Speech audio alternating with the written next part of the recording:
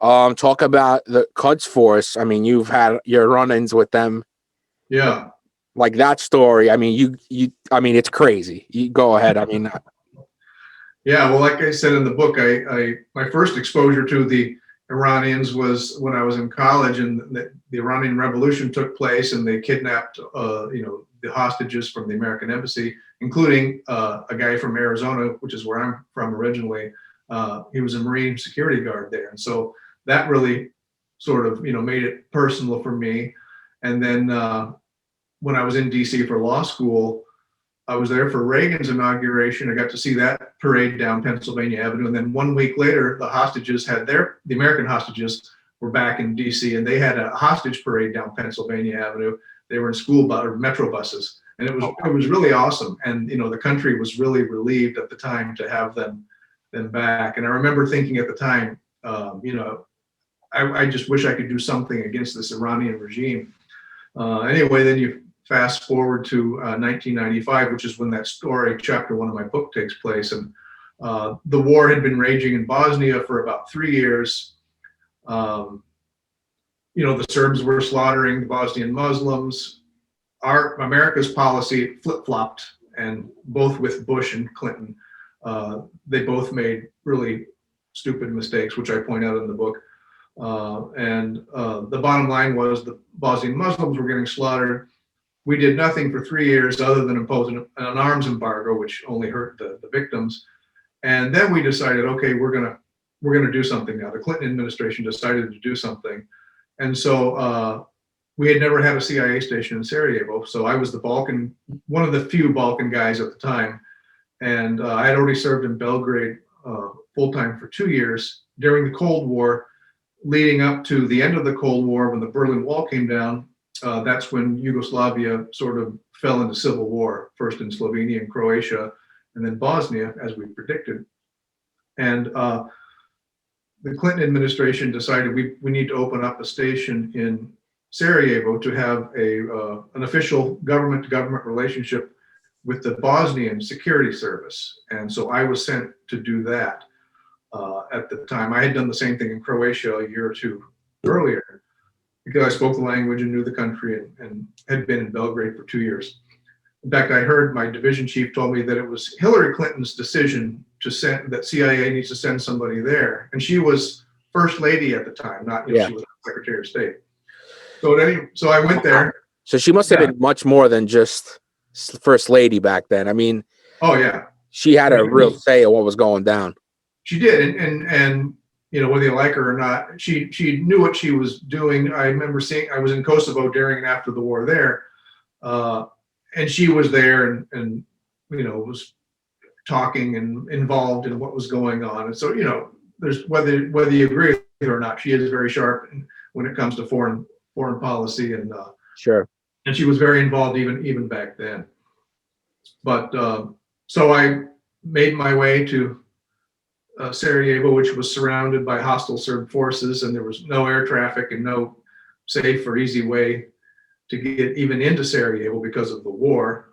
And that's in the book as well, that story, how I got in with the help of a couple of super secret military operators who I can't even describe who they work for, because who they work for is not even public today. They're Delta guys, right? No, it's not. It's not Delta. Not Delta? I can't say what it is. Let's just say it was under JSOC type guys. Okay. Anyway, they delivered me safely to ground zero, and then they got out. And then I met with the head of the Bosnian security service, and my mission there was, number one, just to collect intelligence on the war. What the Serbs were moving in on Sarajevo.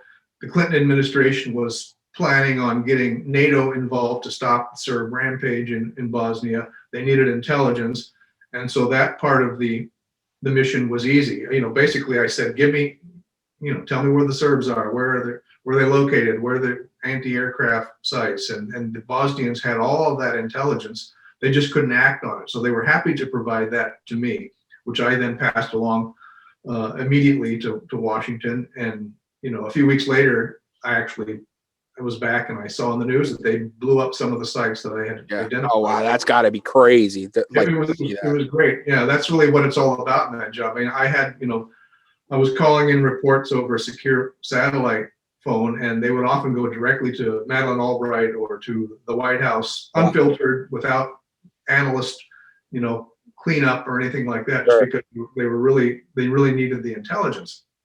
And while I was there, Srebrenica happened. If you're familiar with that, it was a so-called safe haven, one of a couple in Bosnia, where a lot of Bosnian Muslims had congregated and were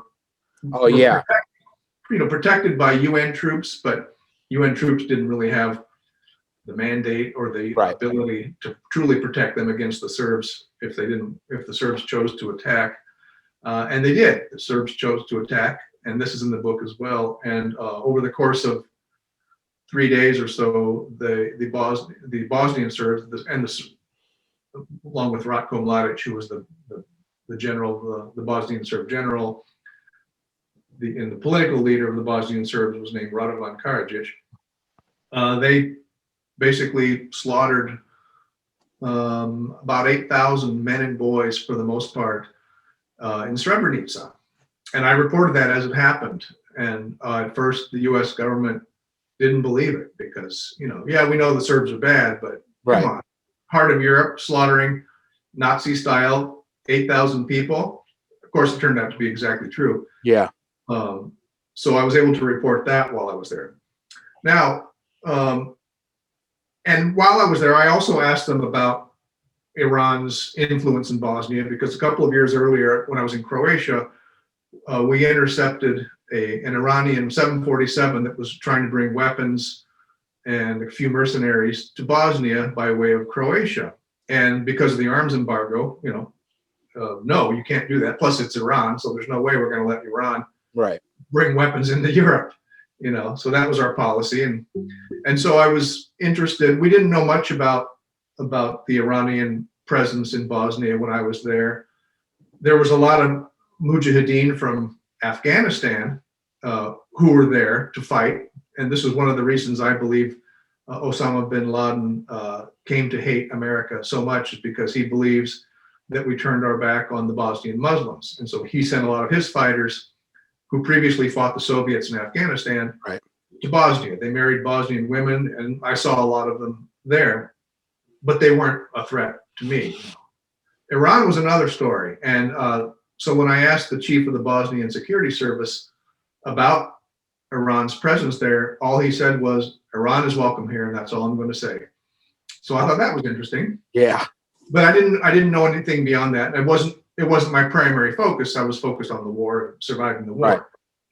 Well, one day when I would drive every day at high speed to and from between my office and the Interior Ministry building, and in most countries, the Interior Ministry is the secret police.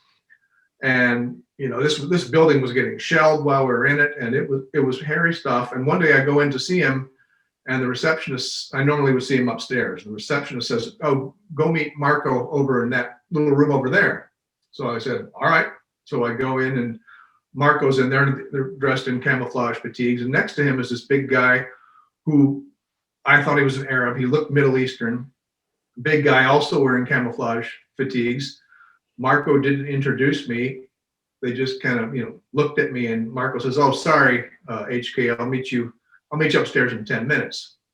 So I said, "All right," and I left. Well, that was kind of weird. That's not sketchy at all, right? Yeah, I didn't know what was going on. It was weird, and I felt like I'd been, set up, but I didn't know exactly. I certainly didn't know who the other guy was. Well, I think it was later that night, I found out through an unimpeachable source. In fact, I was able to read the cable traffic. The mystery man was the head of Iranian intelligence in Sarajevo. Okay. Wow. He had a plan. He wanted to see me in the flesh, and Marco was actually working for him. The entire Bosnian intelligence service and Interior Ministry was under the control of Iran. We didn't know that until then. And he had a plan to do what he did to William Buckley in Beirut in the early 80s kidnap me off the street, interrogate me, torture me, and most likely kill me. Jesus. Because once you're in Iranian intelligence hands, you're never ever getting out. They never want their hand to be seen, and so you simply will not survive it. They tortured William Buckley to death in Bekaa Valley. We found out afterwards. So once you're caught, you don't get out. And so I learned that. I actually was able to read an English translation of the Iranians' ops cable back to Tehran, describing his meeting where he saw me. He described me physically and laid out the plan of attack for me. So all of a sudden, I go from being worried about surviving this war and mortars and snipers and all that to being worried about, now I'm going to get picked up off the street by this Iranian and the Bosnians are collaborating with him. And I thought, they're supposed to be my friends. I'm from the American government and I'm here to help. They knew where I was, they knew where my office was, which is where I also slept, and they knew my vehicle. They monitored our phones. And so I coordinated, talked to headquarters and to military units in the region, I think in Stuttgart, to figure out, okay, how do I get out of here? At that point, you're blown. Like, you have to get out of there. Yeah, well, I talked to headquarters about it. They needed me to stay there for the intelligence, but on the other hand, I was the only guy there. There's no U.S. troops there. This was behind enemy lines. I'm the only guy from the CIA there, and so, they decided, yeah, you just probably need to get out as soon as possible. And so they talked about different options, including possibly sending in a helicopter after several days of preparation. And they said, no, don't do that, because there are no, helicopters here. All three sides will shoot at it if it comes in. Right. Yeah. And I can't wait 5 days anyway, or however long it would take, because by then they're gonna get me. And so now in the compound I stayed in, we had some diplomatic security guys, including a Navy SEAL who was there as a civilian. And so I was fine as long as I stayed put. They didn't know that I knew either. Oh, okay. And so the next day when I was supposed to meet him, I called up and said, hey, I'm a little under the weather. I'm going to miss today's meeting. In fact, I called my daughters who were with their mom in Hawaii and told them the same thing. So, they're monitoring our phones. It's going to be kind of innocent. Yeah, he said the same thing to his kids too. He's not feeling well. That's why he's not showing up. But if I continued to do that every day for a week, they're gonna be on to me. Sure. Anyway, the bottom line is we decided that some of the local security guys in my office would take me back out the same way we came in over Mount Igman in a 2-vehicle convoy in the middle of the night. They're heavily armed. And again, the big threat is usually just trying not to get blown up by the Serbs. The Serbs would actually fire anti-aircraft guns at vehicles on that road. And I passed by several smoldering hulks of vehicles that had been hit by the Serbs' anti-aircraft guns. So that's why we went in and out, in the middle of the night, lights out, high speed. And it was just a very treacherous road. In fact, a week or so after I left, some American diplomats who were trying to go in on the same road were killed because the vehicle fell off the side of the road. They weren't even shot. I think they just fell off the road. So it was really dangerous. But at any rate, that was the plan. And we were hoping that, that I could get out without the Bosnians stopping me, because the Bosnians knew who I was and they were collaborating with the Iranians. Right. And so anyways, the whole story is in the book, but I managed to sneak out in the middle of the night. And then later on, they, in addition to using that targeting information to stop the Serbs, they also used that. They pressured in order to. There was something called the Dayton Accords, where they wanted to bring peace to Bosnia between the Serbs and the Bosnian Muslims and Croats. And one of the conditions was that you had to get all the Iranians out of Bosnia. And so it was a close call, but they ended up using that as a way to pressure the Serbs, or the Bosnian Muslims rather, to get rid of the Iranians, and that did lead to peace in the area. a tense piece, but peace. So it wasn't for nothing, what I went through. I mean, that's pretty harrowing. You know what I mean? Like, and it's not even like you're not in a cush position, and you're not in like Greece hanging out having fucking ouzo every day. Like that's a real deal kinetic fucking situation. Like that's wild. Yeah, and had I not been tipped off, and I thank a colleague of mine who was in Zagreb for tipping me off. Headquarters didn't tip me off, but he did. If I just hadn't been able to read that cable traffic, I wouldn't be here today. It was just pure luck, right? And that sort of sank in after I got out. So I got really lucky. Right. Headquarters, did they intercepted the same signals that your buddy did, right? Like headquarters found out about this report after my buddy called it to their attention. Gotcha. Okay. They should have been aware of it. You would think, right? But it's headquarters, or we call them hindquarters, and we call them all kinds of things. But yeah. Anyway, thanks to my buddy, I'm still here. Holy smokes! I just got really lucky.